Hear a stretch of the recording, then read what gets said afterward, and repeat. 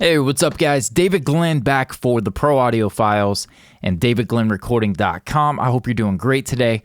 We've got the final video in the mix template series for you, and we're going to talk about effects. Before we do that, I want to ask you, if you haven't already, please subscribe to the YouTube channel. Would love to bring you some more free content. Make sure you get those notifications. Also, I've got a Facebook page, David Glenn Recording. I'm going to be doing live Q&A and posting exclusive videos to that. So make sure you go like that page so we get you those notifications as well. I'm hosting some free files on my website, davidglennrecording.com. We've got my mix template. I'm just giving it away, the Pro Tools file. We've got a stock version and my third party, just my full master template. But I've also put together a stock plugins version for you. And then, if not already, I'm going to have a bunch of DAWs. So Cubase, Logic, Studio One, you name it, and I'm going to try to create those templates.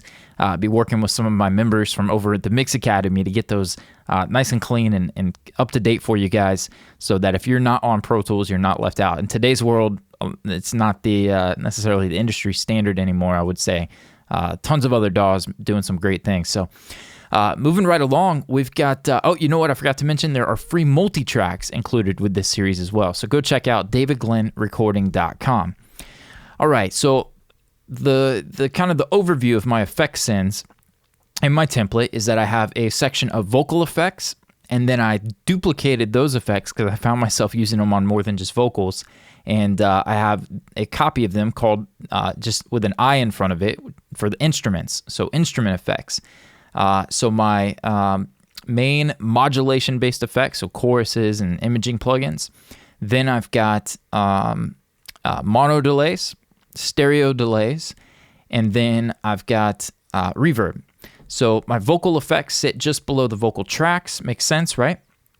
When I'm working with them, I've got the effect sends, and then I can easily EQ and get in. I tend to spend a lot of time on vocals, and I like to have that right there. For the instruments, I kind of know what I'm doing, sending them to the modulation or the stereo imaging type stuff. I don't tend to affect those as much with EQ. With the vocals, I like to get in and really EQ and shape them. We'll look at reverb in a minute, but I like the DS in front of the reverb, and so I like to be able to quickly reach for that and go. But basically, the vocal effects, modulation, delay, reverb, and then you scroll down below the buses, and I've got my instrument-based effects. So again, modulation, delay, and reverb, and then some extra verbs and a couple of extra effects down here at the bottom as well. So let's take a look at the vocal effects. I've got a vocal imported. I'm not sure that I want to sit here and bore you guys with mixing a vocal, because I've covered that in tons of videos. I have a whole course on that called Mixing Vocals. Check that out, mixingvocals.com, little shameless plug. But I do want to cover and make this about the template, because the sooner we get through this, I'm going to actually create a whole series of videos on mixing a song from start to finish. So you'll get to see that here on the channel and at davidglennrecording.com as well. But I want to get over the template stuff first. So let's look at the modulation-based effects. And this is in the vocal section here. We've got gentle chorus, and I've pulled in the Nectar 2 effects section. I've got the modulate all the way up. And this was inspired by a gentle chorus preset in the Waves Mondo Mod plugin, I believe it is. It says gentle chorus in the preset. So if you go to Mondo Mod and you see gentle chorus, that's the one. But just a straightforward chorus sound. I like to blend that in with vocals. I'm not a huge fan of chorus on keys, synths, piano, guitars. If it's there, it's usually pretty subtle for me. But on vocal, I really love what it does. Nice silky smooth texture to a vocal. And I like to blend not just one version of the modulation, but I like to get multiple sets of modulation and blend a little of each, as opposed to using one big send of one effect. So modulation number 2 in the vocal section is Dimension D. I've got this from UAD. They lost their license with Roland or whatever happened there, so it's not called the Roland Dimension D anymore. I don't even know what they call it, but this plugin is still available. It just doesn't look like this. It's a newer skin, new GUI. But I've got that on Dimension Mode 2, and that's just a mono instance. Blend a little gentle chorus, a little mono Dimension D. And then the third one is this Cooper Time Cube Vocal Dimension preset. Just clicking through presets one day, I found this one. loved it and put it in the template and started using it on pretty much every mix I do. The lead vocal gets some bit of this. So that's in there. I followed up with an EQ where I cut some lows, cut some top, but this is really here if I want to shape it. Honestly, I very rarely shape this effect, but the EQ has been kind of my template. I put an EQ, a de-esser, sometimes compressors, saturation plugins on the back end of most of my effects. You can see down here all of these inactive are typically saturation plugins and other things. I like to just stack plugins and create effects on the fly when I'm mixing. And so I've got some of my favorite effects already ready to go as part of the template. Moving on from the vocal dimension preset, we've got the micro shift, Sound Toys, a couple different versions of this. Very similar to the Dimension D. I think it even emulates that. But I love Sound Toys and had that in there from a mix that I did and ended up using it, keeping it and saving it to the template. Then I have an instance of stereo Dimension D. The first one was a mono instance. This one is a stereo instance, so you get the spread on this. I use this a lot on acoustic guitars, but for background vocals, a lot on background vocals. Sometimes I'll even make this the main sound of the background vocals. I'll just drop the main fader, set it to pre-fader, and then have some fun with that, blend that in, and use that as the main source for the backgrounds. Then we move on to Waves, Real Adt. I use this more directly on a mono track to take a mono sound like an acoustic guitar or a mono vocal and maybe a vocal they forgot to double, or it's just a lone wolf down the middle. I don't like to leave background vocals down the middle. So sometimes I'll take this and select the 2 guitars as better than 1 preset, use that all the time, and it takes that mono source and splits it out to stereo. It gives you the impression of stereo. Nice way to push some acoustic, like a mono acoustic guitar or a mono vocal, and get it out wide. But I have this set up as a send, and I'll just click through a preset. I don't have the one that's set there is just from the default because I just love the plugin. But moving on, we have the mono slap delay. Use this all the time on the lead vocal. We kick it off with the tape delay, and then I have an EQ to kind of pull that back so it doesn't get too pokey. I find that sometimes with slap delays, the main kind of frequency range in the vocal 800, 1K, somewhere around there, it can get a little bit honky, a little bit weird if I have all of that build up in the mono slap delay as well. So I'll kind of shape that and pull some stuff out when I'm working with the slap delay. But I'll swap that out. I think I have a couple more delays in here. It's the Echo Boy and then the Cooper Time Cube as well as options, just there ready to go in case I don't dig the tape machine. If you didn't know, you can use this as a delay. You can come over here to tape delay, check it to on, and then you come over here, you get wet your dry. I've got that set to 100, and then for milliseconds, you can click through and go up or down based on the song, what you want to go for. I'd say 90 to 120 is a good range to look for a slap delay using the ATR 102. And moving on, we've got delays. Now, I got to admit, it's been a minute since I've just sent a delay to a vocal delay 1 or vocal delay 2. You can see them here. I typically replace these with Echo Boy or even the stock Digi delay, because what I end up, I said Digi delay, the Avid delay. You old school guys will know what I'm talking about with Digi design. But yeah, I depending upon the song and the genre, I like to create. That's kind of fun for me. I like to get to, the foundation of the mix, the rough mix, the low end, all that good stuff. That's fun, but I have a lot of fun with effects. And so I like to get in and filter and do some crazy stuff. And so this is in here as a template, but I very rarely just throw up and send into them and leave it alone. I'm almost always adding. And what's my new favorite? I haven't added it to the template because I'm being lazy, but output, movement. This plugin right here, I throw on the back ends of delays and multi-effects all the time now, and man, this thing sounds incredible. I love this plugin. I just click through presets, find stuff that works, change the tempo or the rhythms to fit with the song and the tempo that I've got going on, and that is huge. I love that plugin. So a couple of vocal delays there. My main vocal delay, stereo vocal delay, I go to more than I should, is the 8th note on the left, dotted 8th on the right. I've got some modulation in with this. I have 2 instances. The second one just has a lot more modulation, and I add the plugin mix analoger on the back. Don't really mess with it. Just, again, something I did on a mix, and then I saved it to the template. Typically, the stuff ends up in the template if I've experimented and tried some cool things and thought, hey, I should add that to the template, or if I've seen a tutorial. I create tutorials, but I'm a junkie, a tutorial junkie. I love to go out and watch and learn, follow a bunch of the different YouTube channels and all the different subscription sites and whatnot. So I'm always learning, and if I see something I dig, try it out, throw it in the template, and it's there for me to use when I come across something that could be cool on.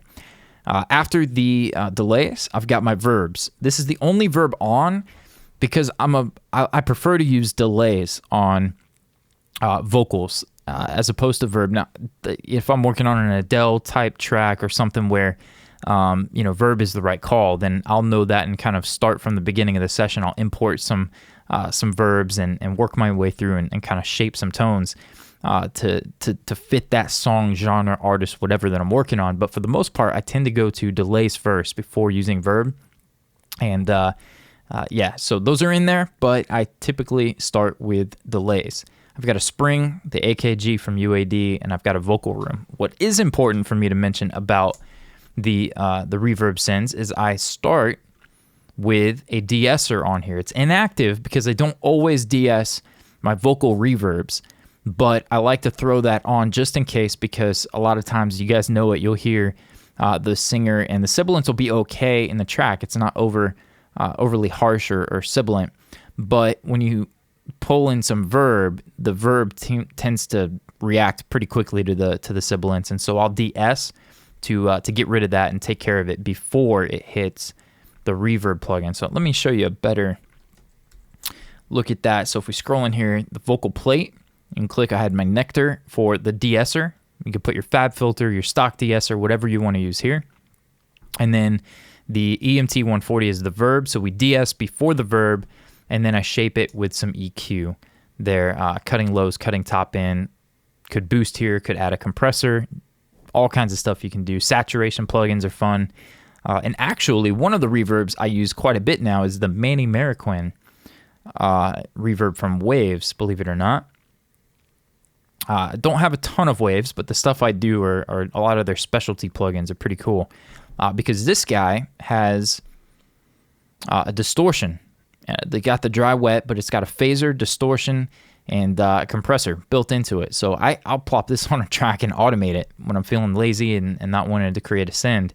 Having a lot of fun with that one lately as well. Now, I mentioned that I have the vocal effects, but I also have copied them. I found myself using them on acoustic guitars and electrics and pianos and all that stuff. So I pretty much duplicated the vocal effects section. It's going to be down here below the bus processing, and I put an I in front of it, and it just stands for instrument. So if I'm sending vocals to the gentle chorus and the guitars and all of that, just for whatever reason in my mind, I like to compartmentalize, if I'm saying that correctly, to break things up into their own sends, so I'm not overloading that one plugin with too much signal. So I have an instrument version of those same effects all the way through the mono slap, and that we already talked about, so we don't have to cover that twice. Then we've got slap delays. These we talked about in the background vocals video, the vocals video. If you haven't seen that, go check it out. I think it was video 6, the one before this one. And I just got a couple of slap delays. This one is set to 98 milliseconds, and the one on the right is going to be slightly different, so 105. I will change these depending upon the song, but I make sure that the left and the right are slightly different than each other. I mentioned in the vocals video what it can do for me is background vocals. It can help to create the impression of more singers. So if you only had 4 or 5 singers and you want it to sound like 10, you can use a little slap delay left and right and create the impression of a larger vocal group. Guitars, if I pan a guitar hard pan to the left, but I don't want it to just be off on that side by itself, I could send that left guitar to a right slap delay and just bring a little bit of that in, and you can feel how it kind of offsets a little bit of the stereo image, gives it a nice vibe. So that is how we'll use those. Moving on to the delays, pretty straightforward from here. I'm not going to blab too much more. I want to get to the mixing. But I've got a couple of delays set up, and you can see the EQ curve and the de-esser is there, just in case anything gets too crazy, sibilant. And we've got analog, classic analog delay. These are two that I used in a song. I loved it, and then I just threw them in. I'll throw the saturation up and do some cool stuff with that. Probably more important than breaking down every single one of these, because they're pretty standard from here, is to note that I've got these effects on the back end. We've got lo-fi, then we've got patchwork with the cassette deck preset here. You can see from UAD, love that effects cassette deck preset. It will drive the snot out of it, back off the output, and then blend. You can see the mix knob from Blue Cat's Patchwork. Excuse me. A lot of talking, losing my voice. After that, we've got Sans Amp. Gotta love it. And then the raw pedal from UAD. This could be anything. This could be the Waves guitar plugins. This could be your default clipper. It could be lo-fi. It could be Fab Filter Saturn. Whatever you have, I like to just have them in there, inactive, ready to go, so that I can get creative and just kind of go at it. Instead of, like I've mentioned a couple times, coming over, clicking, harmonic, which one's cool. I know I've had experience working with those plugins. I know that they sound great. More about making a decision and moving on quick. So stacking on the back end of reverbs and delays. The instrument delay, again, is the same thing. Eighth on the left, dotted eighth on the right. And then at the bottom, I've got my reverbs. Similar to the drums, I have a short room, and then I've got a chamber. We've got the Lexicon Hall, a subsplash. We talked about that in the drums video. The Lex 224 set to an atmospheric hall, I believe it is. A certain preset on there that I really dug. Yep. And from there, Gyno Hall. And these are just verbs that I like. So it doesn't have to be these plugins. It doesn't have to be whatever. This is just what I've come to work with and what I've built into the template. The main gist of it is just to add plugins that you dig. Short room, chamber, hall. The subsplash is a specialty thing. Just things that you dig. I really love this Gyno Hall because of the modulation. You go to pitch shift here, and you can see there's you can keep going and it'll get pretty extreme. But I like just a gentle modulation to my reverbs. You guitar players will know the Boss RV5, RV6 has a modulated reverb setting in the Christian music and modulated Christian music and live gospel type stuff. The big guitar swells and some of that stuff. It's a great sound. The RV5 is incredible. Made popular by a lot of that stuff. U2, a lot of that has a Coldplay, some of the modulated reverb, modulated delays. But anyways, I'm yapping, and I stayed up through the night to create this series. It's now 8:40 in the morning for me, and I started this just before midnight, I think. But the last effect in this in the template is the mono spring. If I'm not using the UAD AKG, then I've got this guy in here from Softtube. It works incredible. I like to send vocals to this, guitars, of course. Sometimes drums for some crazy parts. We'll just send it to the spring verb and distort it and do some cool things. But that's the template. So just things that I've used, things that I've done over the years, watched tutorials and learned, imported them in. And I've got this ready to go. No matter what genre, I'm ready to go with some effects. I was going to do the vocal stuff, but I covered the vocal effects in a video. If you haven't seen it, go to YouTube, David Glenn, Mixing Vocals. Not only do I have a course, but I have a whole video. And actually, I think I did Mixing Vocals with Slate VMR. So gave Slate some love there, where I break down the whole mixing vocal process and then I layer the effects. So I don't want to go too much into that. I want to move this on so we can get to actually mixing the song. If you enjoyed this series, please comment below. I would love to hear from you. Support at davidglennrecording.com. And if you haven't checked out yet, themixacademy.com. Each month we get a new song. We mix it together. It's a membership site where you get the multi-tracks. You mix it along with me. You can add it to your resume, build yourself a portfolio, and gain some experience mixing. I'm there every step of the way, mixing it myself. You can take what I do and tweak the taste and grow as a mixer. So I'm yapping. I hope you guys enjoyed this. DavidGlennRecording.com. Download the free mix template, the multi-tracks, and we will see you. We're going to mix a song together in the next series. I hope you enjoyed this, and we'll catch you soon.